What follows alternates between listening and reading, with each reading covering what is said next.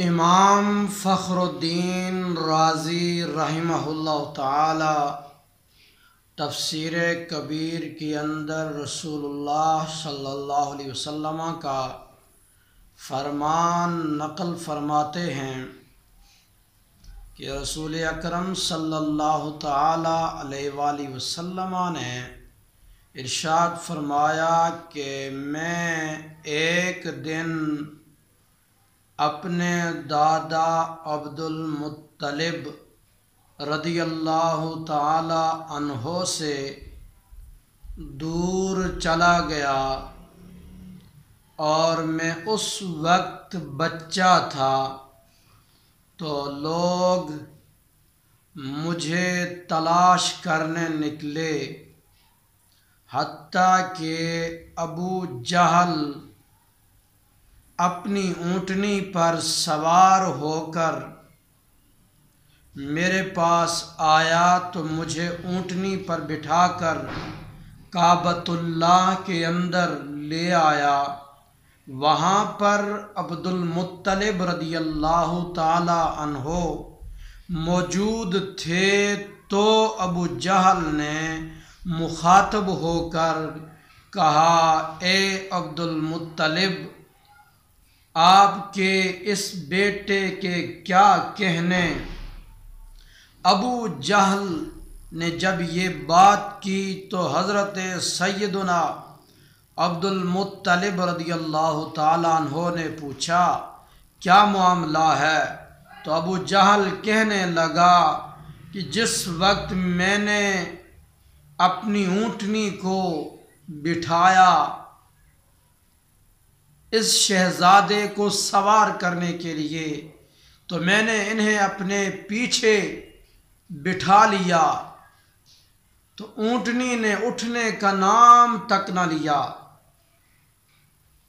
میں نے بار بار کوشش کی، اونٹنی نہ اٹھی تو میں نے پھر اس شہزادے کو اپنے سامنے بٹھا دیا تو میں نے جیسے ہی اس شہزادے کو، اس ہستی کو، اس بچے کو اپنے سامنے بٹھایا تو اونٹنی فوراً اٹھ کر چلنا شروع ہو گئی اور چلتے چلتے اونٹنی نے مجھے مخاطب ہو کر کہا، یا احمق هو الامام فکیف خلف المقتدی، کہ اے پاگل، اے بے وقوف، یہ امام ہے جس سے تو نے اپنے پیچھے بٹھایا تھا، تو مقتدی ہے، تو آگے بیٹھا تھا۔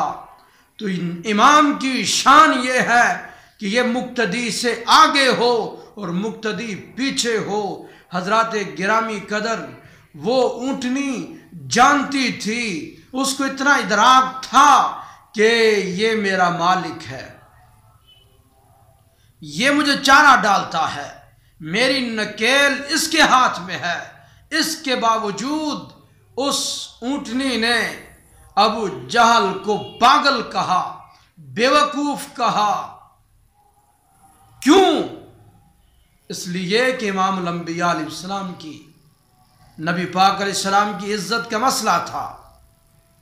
اونٹنی جانور ہو کر، بے زبان جانور، اتنا جانتی ہے کہ نبی علیہ السلام اللہ کے رسول ہیں اور رسول کی طرف پیٹھ کرنا بے ادبی ہے اور بے ادبی کرنے والے کو احمق کہتی ہے۔ آج کے دور کا مبلغ مسجد نبوی میں کھڑے ہو کر یہ بے ادبی کا درس دیتا ہوا کہتا ہے کہ منہ کعبہ کی طرف کرو، پیٹھ روضہ پاک کی طرف کرو۔ تو اونٹنی یہ سب کچھ جان کر کہ میرا مالک بھی یہ ہے، مجھے چارہ بھی یہ ڈالتا ہے، مجھے کھلاتا بھی یہ ہے، پلاتا بھی یہ ہے، میری نکیل اس کے قبضے میں ہے۔ وہ یہ بھی جانتی تھی کہ اگر میں اس کو برا بھلا کہوں تو یہ مجھے چارہ نہیں ڈالے گا، مجھے مارے گا۔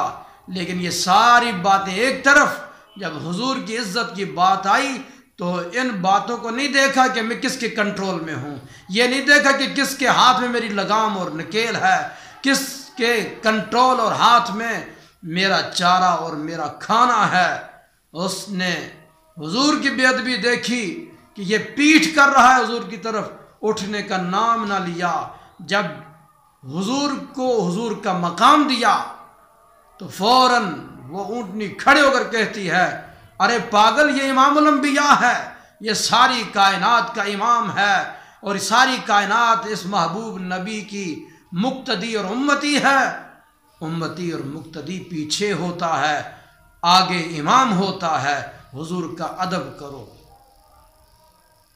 لہٰذا حضور کی عزت کی بات آئے، پھر یہ نہیں دیکھا کرتے کہ حکومت کس کی ہے، پھر یہ نہیں دیکھا کرتے کہ ہم کس کے کنٹرول میں ہیں، پھر یہ نہیں دیکھتے کہ ہم پر تشدد ہوگا کہ نہیں ہوگا، پھر یہ نہیں دیکھتے کہ ہم پر کیا ظلم ہوگا۔ حضور کی عزت کی جب بات کرتے ہیں، حضور کے ساتھ وفا کا اظہار کرتے ہیں، پھر بابا جی فرماتے ہیں، مالک کانڈ نہیں لگن دیں دے۔